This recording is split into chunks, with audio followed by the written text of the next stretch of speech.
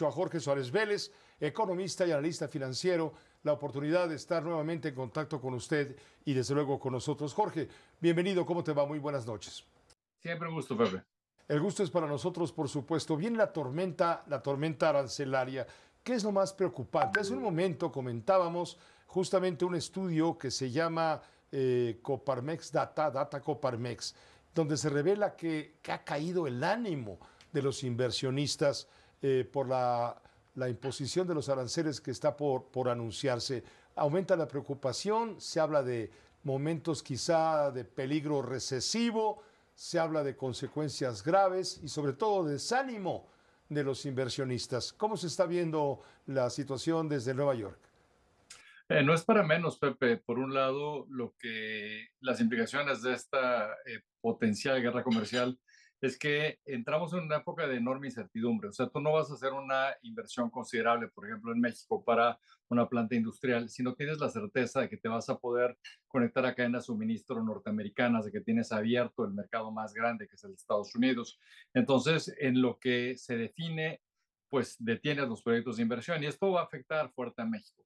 Creo que aquí algo que hay que recordar es que México ya está en recesión antes de los aranceles. Ya tuvimos un cuarto trimestre del año pasado de crecimiento negativo. El primer trimestre ya pintaba bastante mal, aún antes de esto ya los pronósticos de crecimiento estaban cercanos a 0% antes de que se empezara a incorporar toda esta incertidumbre comercial. Y ahora, si aparte la agregas, entonces francamente ahí entramos a perspectivas de crecimiento negativo para todo el año y una situación que es bien compleja para México porque también en Estados Unidos se está empezando a pronosticar una desaceleración. Hoy salió Goldman Sachs diciendo que había un 35% de probabilidad de una recesión en Estados Unidos. Este miedo se había dejado atrás. El final, digamos, de la administración de Biden parecía haber logrado lo imposible, que era un aterrizaje suave después de los enormes estímulos que se dieron alrededor de la pandemia, pero esta incertidumbre que introduce el gobierno de Trump está poniendo en peligro también a la economía de Estados Unidos y eso también nos arrastrará en caso de... La presidenta de México dice, la doctora Sheinbaum, que los programas sociales serán la salvación de México. Te voy a poner la frase como la dijo esta mañanera y luego la comentamos, si te parece. Bueno, en un momento la tendremos. Es un sonido de la señora doctora Sheinbaum. Adelante, lo ponemos. ¿Saben qué va a salvar a México? Que hay cuarta transformación y que el principio es por el bien de todos, primero los pobres. ¿Y cómo hacemos eso? Pues evidentemente con los programas de bienestar primero. Sin los programas de bienestar no tendríamos la situación económica que tiene México. Fíjense el tamaño de los programas de bienestar. Son más de 800,000 millones de pesos. Esto lo dijo en Bavispe, Sonora.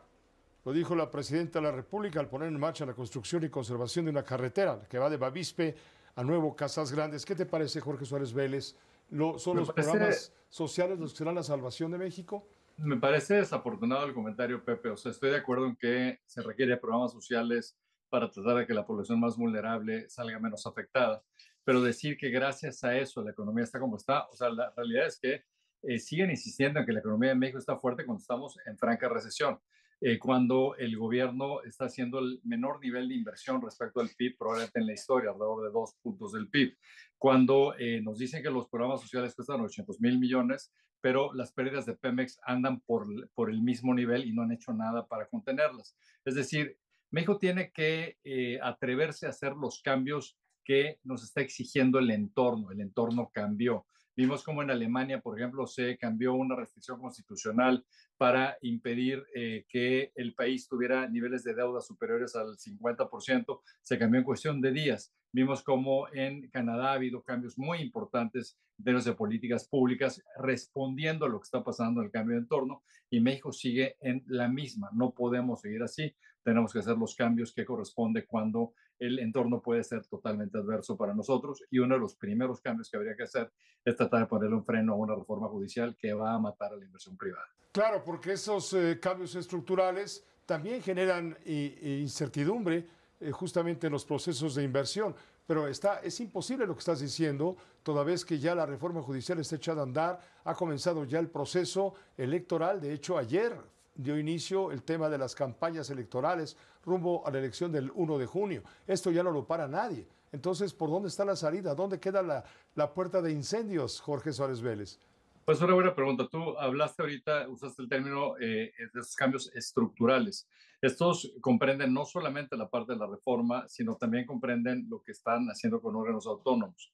Al tú no tener órganos autónomos independientes que puedan tomar decisiones técnicas a base de criterios, a partir de criterios técnicos y no políticos, estás metiéndole también el pie a algunos sectores que son vitales, como el sector energético. O sea, no, una vez más, independientemente de lo que pase con los aranceles, no va a haber inversión en México si no tienes la certeza que vas a tener acceso a suficiente energía.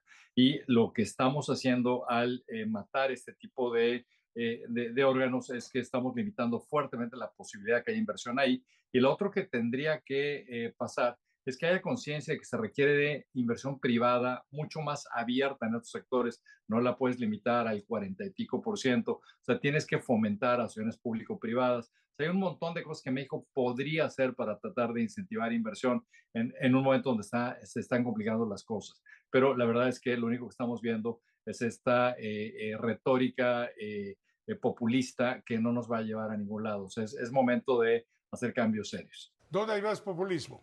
¿En Estados Unidos por parte de Trump o en México? Gran pregunta, Pepe. O sea, yo creo que en los dos lados está pegando exactamente el mismo virus y en ambos países va a tener un impacto muy importante. La diferencia probablemente en el caso de Estados Unidos, hay una diferencia positiva y una negativa. La negativa, empiezo por la negativa. La negativa es que cuando ellos hacen este tipo de políticas tienen un impacto en lo geopolítico a nivel global, que es considerable. Yo nunca pensé que iba a haber este divorcio de Estados Unidos con Europa después de lo que pasó en la historia del siglo pasado, y la realidad es que Trump se está echando un montón de enemigos encima que no se ve claro cuándo va a poder recuperar esas relaciones. Eso es la parte más negativa.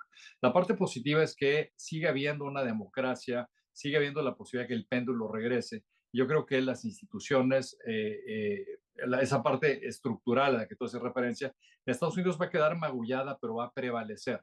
En el caso de México, tanto la democracia está debilitada como esta fortaleza institucional está muy, muy golpeada.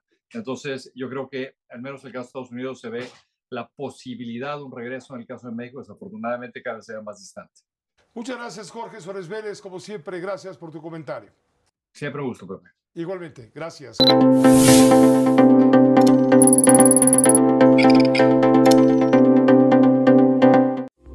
Esta fue una producción de Grupo Fórmula. Encuentra más contenido como este en radioformula.mx.